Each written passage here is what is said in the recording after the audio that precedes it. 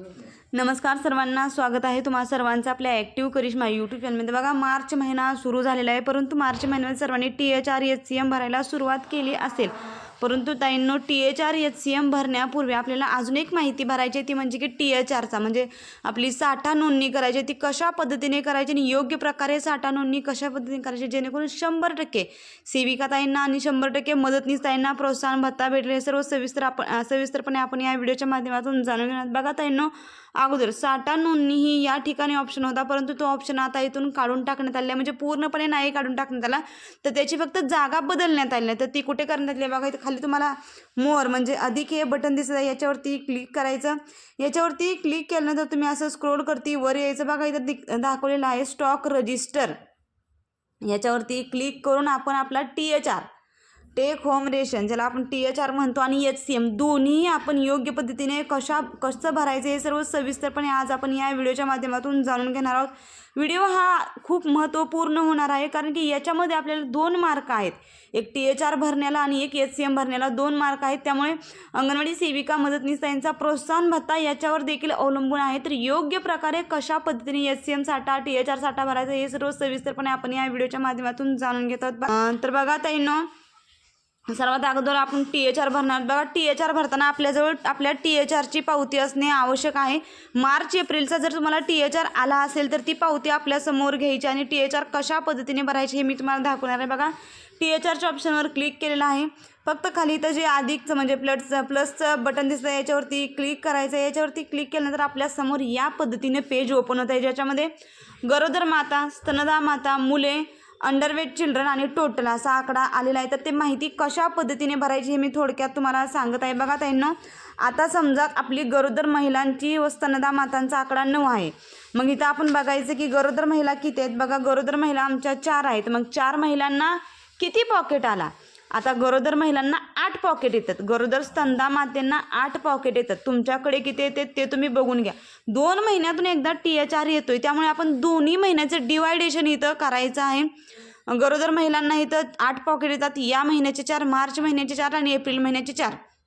तर आपण बघा, माझ्या इथं गरोदर महिला ज्या आहेत त्या 4 आहेत, 4 गुणिले 4 करायचं म्हणजे 16 इथं उत्तर आलेलं आहे। त्याच्यानंतर बघा, माझ्या स्तनदा माझ्या त्या 5 आहेत, तर त्या 5 महिलांना काय करायचं, 5 गुणिले 4 करायचं, 5 चोक 20, 20 आकडा इथं टाकून घ्यायचा। आता आलं की आपली मुलांची गोष्ट। बघा, मुले आपली किती आहेत आणि मुलांना किती पाकिट संख्या भेटते हे जाणणे महत्त्वाचे आहे। बघा, आमच्या इथे मुलांना 7 पॉकेट भेटतात, तर त्या 7 पॉकेटचं डिवायडेशन कसं करायचं आहे बघा ताईंनो, या महिन्यामध्ये म्हणजे मार्च महिन्यामध्ये आपण 4 पॉकेट त्यांना पुरवायचे आहेत आणि पुढच्या महिन्यामध्ये एप्रिल महिन्यामध्ये उरलेली 3 पॉकेट आहेत ते आपण THR मध्ये वाटप करायचे आहेत। म्हणजे THR मध्ये वाटप करायचे म्हणजे की स्टॉक रजिस्टरमध्ये भरताना पुन्हा ते आपण 3 पॉकेट ॲड करणार, आणि आता सध्याला आपण मार्चचा भरत आहोत, त्यामुळे आपण 4ने गुणून ह्यालाही करणार। बघा, माझी संख्या किती आहे तुम्ही पाहू शकताय।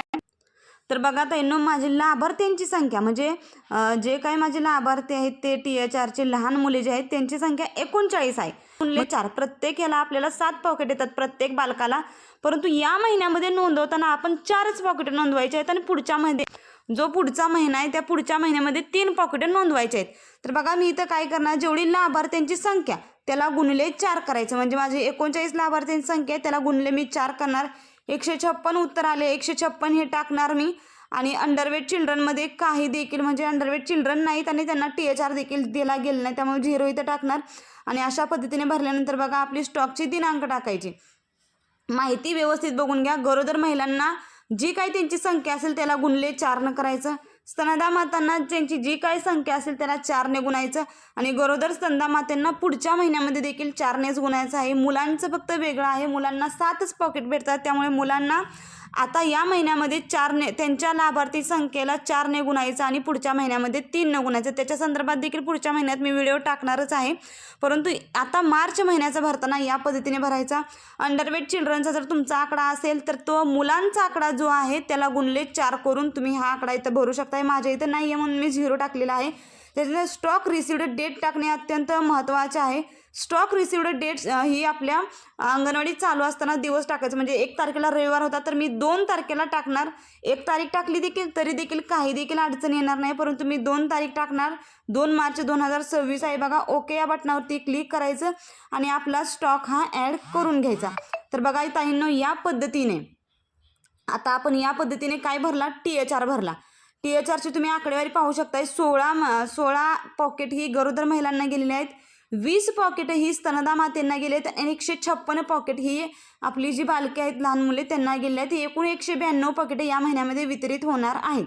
तर बघा या पद्धतीने आकडा आला. आता पुढची माहिती बघा, पुढची माहिती आपण HCM कशा पद्धतीने भरायचं हे जाणून घ्या. बघा HCM वरती क्लिक करायचं. क्लिक केल्यानंतर अशा पद्धतीने आपल्यासमोर पेज येत आहे. आता HCM भरताना सर्व सेविकाताईंना, मदतनीसताईंना आपल्या महत्त्वाची माहिती सांगायचं आहे की ग्रामीण आणि शहरी याच्यामध्ये जे विभाग आहेत त्याच्यामध्ये बचत गटांचा आहार येतोय आणि काही ठिकाणी मदतनीसताईकडून तो आहार शिजवला जातो, म्हणजे त्यांना कच्चं धान्य वाटप केलं जाते.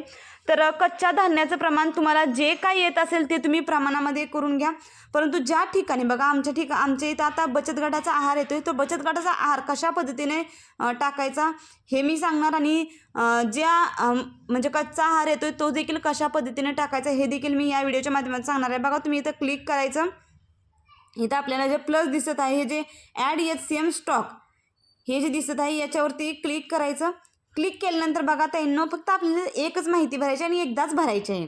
तर ती कशा पद्धतीने भरायची बघा. आपली लाभार्थी संख्या किती आहे, तर आमची लाभार्थी संख्या आता ग्रामीणच्या ताईंना मी सांगू इच्छिते की तुमचा जो काही म्हणजे आकडा येतोय, तुमचा आकडा जो काही येतोय त्या पद्धतीने तुम्ही करून घ्या. हे तुम्ही HCM दररोज देखील भरू शकताय किंवा तुम्ही महिन्यातून एकदा किंवा आठवड्यातून एकदा देखील भरू शकताय. परंतु आमच्या इथं शिजवलेलं अन्न येते, म्हणजे बचत गटामार्फत अन्न येते, त्यामुळे मी त्याला त्याच पद्धतीने भरून दाखवणार आहे. तर बघा हे कशा पद्धतीने भरायचं बघा.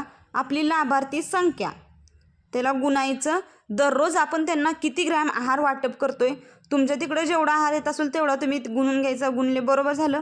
आता जे येणारं उत्तर आहे त्याला आपण पुन्हा आपल्या या महिन्यातील दिवस किती, तर 25 दिवस भरणार, त्याला आपण पुन्हा एकदा 25ने गुणून घ्यायचं आणि जे काय आपलं उत्तर येईल ते उत्तर आपण याच्यामध्ये नमूद करायचं आहे. बघा ताईंनो, व्यवस्थितपणे आपल्या सर्व सेविकाताईंना, मदतनीसताईंना विनंती आहे की जर आपण HCM आणि THR जर व्यवस्थितपणे भरला तर त्याच्यावर देखील आपले मार्क आहेत. सर्व माझ्या सेविका, मदतनीसताईंना 100% प्रोत्साहन भत्ता भेटावा या हेतूने योग्य आणि खात्रीशीर माहिती सर्व माझ्या सेविकाताईपर्यंत पोहोचण्यासाठी मी हा व्हिडिओ बनवत असते. त्यामुळे जास्तीत जास्त सेविकाताईंना हा व्हिडिओ शेअर करा. जेवढी काय आपली लाभार्थी संख्या असेल त्या लाभार्थी संख्येला गुणिले आपल्याला जेवढा ग्राममध्ये आहार येतो तो आहार नमूद करायचा आणि एकूण जी काय आपली आकडेवारी येत असेल त्याला या पद्धतीने नमूद करून घ्यायचं. तर बघा या पद्धतीने आपला जो काय तुमचा कितीही आकडा येऊ द्या त्या पद्धतीने तुम्ही आकडा तुमचा भरून घ्यायचा. जी काय आपली संख्या येईल ती संख्या टाकून घ्यायची आणि आता आपल्याला इथं स्टॉक रिसिव्ड डेट याच्यावरती क्लिक करायचं. दिनांक निवडून घ्यायचे ताईंनो. ओके या बटनावरती क्लिक करायचं आणि ॲड स्टॉक या बटनावरती क्लिक करून घ्यायचं. तर बघा या पद्धतीने आपला stock has been added successfully, म्हणजे आपला THR देखील भरला गेला आणि आपला HCM देखील याच पद्धतीने व्यवस्थितपणे भरला गेला.